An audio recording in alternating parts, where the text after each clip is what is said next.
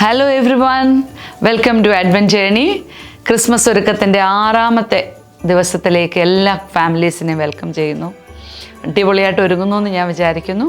ഇന്ന് നമ്മൾ വായിക്കുന്ന ബൈബിൾ ഭാഗം പുറപ്പാടിൻ്റെ പുസ്തകം 4-ാം അധ്യായം 1 മുതൽ 17 വരെയുള്ള വാക്യങ്ങളാണ്.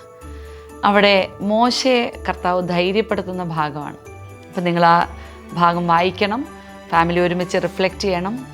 ഇന്ന് നമ്മൾ കേൾക്കാൻ പോകുന്നത് ഒരു കാലഘട്ടത്തിൽ അമേരിക്കയിൽ ഹവാർഡ് യൂണിവേഴ്സിറ്റിയുടെ പ്രസിഡൻ്റായിട്ട് ദീർഘകാലം സേവനമനുഷ്ഠിച്ചിരുന്ന ചാൾസ് വില്യം എലിയട്ടിനെ കുറിച്ചാണ്.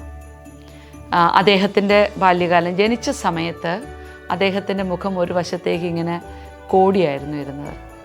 അപ്പോൾ നമുക്കറിയാം, ഇത് 1800-കളിലാണ് അദ്ദേഹം ജീവിച്ചിരുന്നത്. ആ കാലഘട്ടത്തിൽ മെഡിക്കൽ സയൻസ് ഒന്നും അത്ര പുരോഗമിച്ചിട്ടില്ല. പേരൻസിന് വലിയ സങ്കടമായിരുന്നു. അവർ പോയി അന്ന് അവർക്ക് ലഭിക്കാവുന്ന എല്ലാ മെഡിക്കൽ ഫെസിലിറ്റീസും വെച്ച് സർജനെയൊക്കെ കണ്ടു. പക്ഷെ ഒരിക്കലും ആ വൈകല്യം പരിഹരിക്കാൻ പറ്റില്ല എന്നാണ് ഡോക്ടേഴ്സ് പറഞ്ഞത്. അപ്പം ചാൾസിനെ ഒരു സങ്കടത്തിലേക്ക് തള്ളിവിടാൻ പേരൻസിന് ഇഷ്ടമില്ല. അപ്പോൾ അവർ പറഞ്ഞു, മോനെ, ഇതിനെ മറികടന്ന് ദൈവം ഇതിനപ്പുറത്ത് നിൻ്റെ ഉള്ളിൽ ചില സിദ്ധികൾ നിക്ഷേപിച്ചിട്ടുണ്ട്, അതിലേക്ക് മോൻ ഫോക്കസ്ഡ് ആകണം. ഒരിക്കലും ഈ വൈകല്യത്തെ ഓർത്ത് നീ സങ്കടപ്പെടരുത്. പ്രത്യേകിച്ചും അമ്മയായിരുന്നു അവനെ ഏറ്റവും കൂടുതൽ പ്രോത്സാഹനം കൊടുത്ത് കൂടെ നിന്നിരുന്നത്. ശരിക്കും ഈ വൈകല്യത്തെ മറികടന്ന് ഉയർന്ന നിലകളിലേക്ക് അദ്ദേഹം എത്തി. ഹവാർഡ് യൂണിവേഴ്സിറ്റിയുടെ പ്രസിഡൻ്റായിട്ട് അത്രയും കൊല്ലം, ഏകദേശം 50 വർഷത്തിലേറെ അദ്ദേഹം അതിൻ്റെ പ്രസിഡൻ്റായിരുന്നു. വിദ്യാഭ്യാസ പണ്ഡിതൻ എന്നാണ് ആ കാലഘട്ടത്തിൽ അദ്ദേഹം അറിയപ്പെട്ടിരുന്നത്.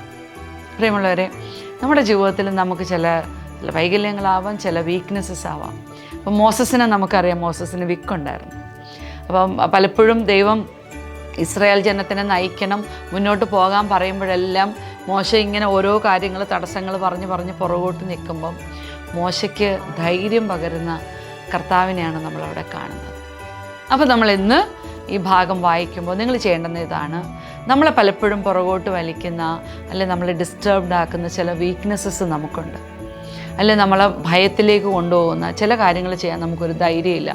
അതിനെക്കുറിച്ച് ചിന്തിക്കുമ്പോൾ നമുക്ക് ടെൻഷൻ വരുന്നു. അപ്പം നമുക്കറിയാം നമ്മളുടെ എന്തൊക്കെയാണ് നമ്മുടെ ബലഹീനതകൾ, അല്ലെങ്കിൽ ചില ഡിസബിലിറ്റീസ്, ചില വൈകല്യങ്ങളൊക്കെ നമുക്കുണ്ടെങ്കിൽ അതൊക്കെ നമുക്കൊന്ന് പേപ്പറിൽ എഴുതി അതെല്ലാം ഒന്ന് കത്തിച്ച് കളയാം. നിങ്ങളെല്ലാവരും എഴുതണം നിങ്ങളുടെ വീക്ക്നെസ്സസ്, അങ്ങനത്തെ ഏരിയാസ് ഒരുമിച്ച് എല്ലാവരോടും എഴുതുന്നു, അതെല്ലാവരോടും കത്തിച്ച് കളയുന്നു. നമ്മളിനി അതിനെ ഓർത്ത് ഡിസ്റ്റർബ് ചെയ്യുന്നു. നമ്മളത് കംപ്ലീറ്റ് കർത്താവിൻ്റെ കയ്യിലേക്ക് കൊടുക്കുക.